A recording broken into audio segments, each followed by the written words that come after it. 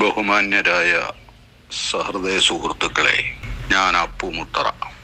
മുഖത്തല എന്ന തൂലികാനാമത്തിൽ പ്രസിദ്ധനായ മുഖത്തല ശ്രീ ജി അയ്യപ്പൻ പിള്ള എഴുതിയ മുഖത്തല മൊഴികൾ 8-ാം ഭാഗം എന്ന പുസ്തകത്തിന് ഞാൻ എഴുതി കൊടുത്ത ഒരു ചെറിയ ആസ്വാദനക്കുറിപ്പ് നിങ്ങളുടെ സമക്ഷം ഞാൻ വായിച്ചവതരിപ്പിക്കട്ടെ. ജാഗ്രതയുടെ ജാതകം എന്നാണ് ഈ ആസ്വാദനക്കുറിപ്പിന്റെ പേര്. കണ്ടെത്തുക, ആസ്വദിക്കുക, തിരുത്തപ്പെടുക, ഇവയാണ് കവിതയിലെ പാഠത്രയം.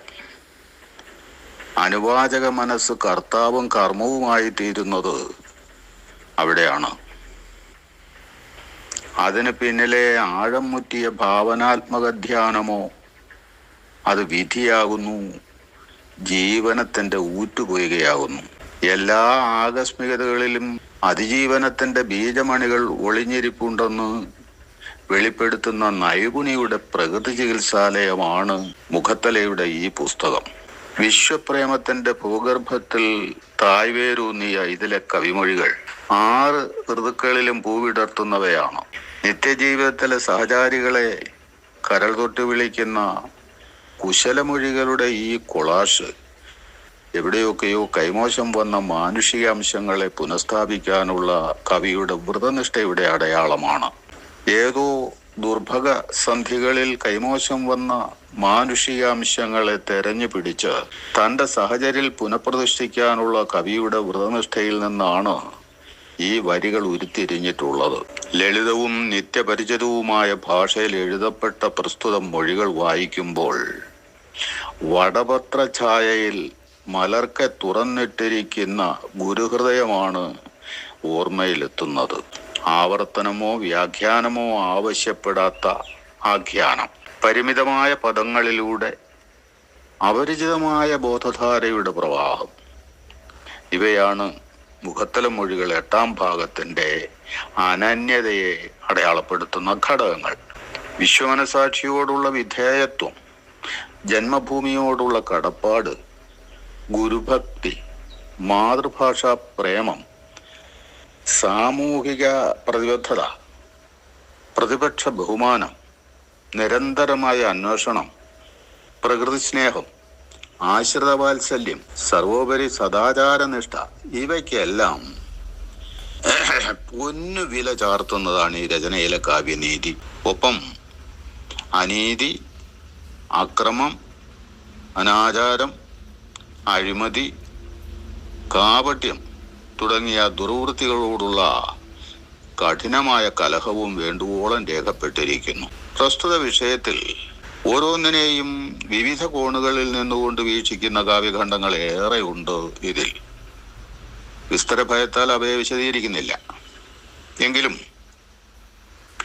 നാമമാത്രമായ ചില ഉദാഹരണങ്ങൾ എടുത്തു ചേർക്കുകയാണ്. 1. കലാസാഹിതി സേവനം മാനവ നന്മയ്ക്ക് അനിവാര്യം. കലാസാഹിതി രാഹിത്യ ജീവിതം പുഴുവിന് തുല്യം. 2. തെറ്റ് ചെയ്യുമ്പോൾ ഓർക്കുക, പ്രകൃതി ശിക്ഷ സുനിശ്ചിതം. ആരു കണ്ടില്ലെങ്കിലും തെറ്റ് പ്രകൃതി കാണുമെന്നോർക്കുക. 3.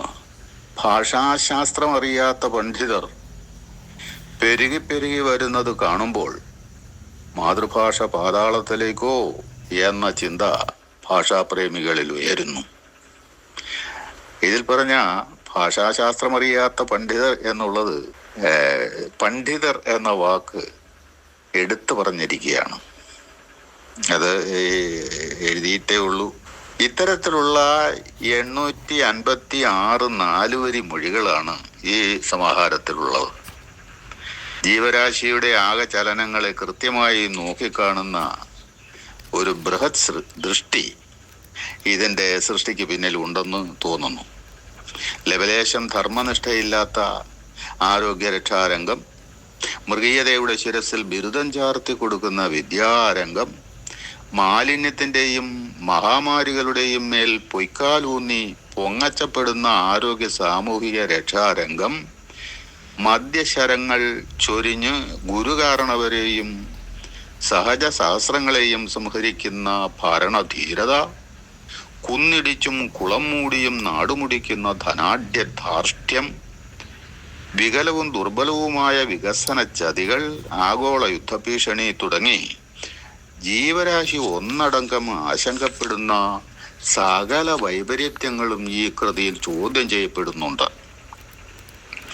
ഒരിക്കൽ പോലും വിചാരണയ്ക്ക് വിധേയമാകാത്ത ശുദ്ധ വ്യക്തിത്വങ്ങളെ വളർത്തിയെടുക്കാൻ പ്രാപ്തമായ നിയമാധ്യാപനമാണ് മുഖത്തല തൻ്റെ 4 വരി ശൃംഖലയിലൂടെ ഈടുവയ്ക്കുന്നത്. സംസ്കൃതരെന്നും പരിഷ്കൃതരെന്നും മേനി നടിക്കുന്നവർക്ക് അവരവരിലേക്ക് ഒരു കുറിയെങ്കിലും തിരിഞ്ഞു നോക്കാൻ പ്രേരണ നൽകുന്ന പിൻവിളിയാണ് ഇതിലെ കവിസത്ത. ത്രികാലബോധത്തിൽ നിന്ന് ഉറവെടുത്ത ഈ ജാഗ്രതയുടെ ജാതകം വിപുലമായ വായനയ്ക്ക് വിധേയമാകട്ടെ എന്ന് ആശംസിക്കുന്നു. നന്ദി.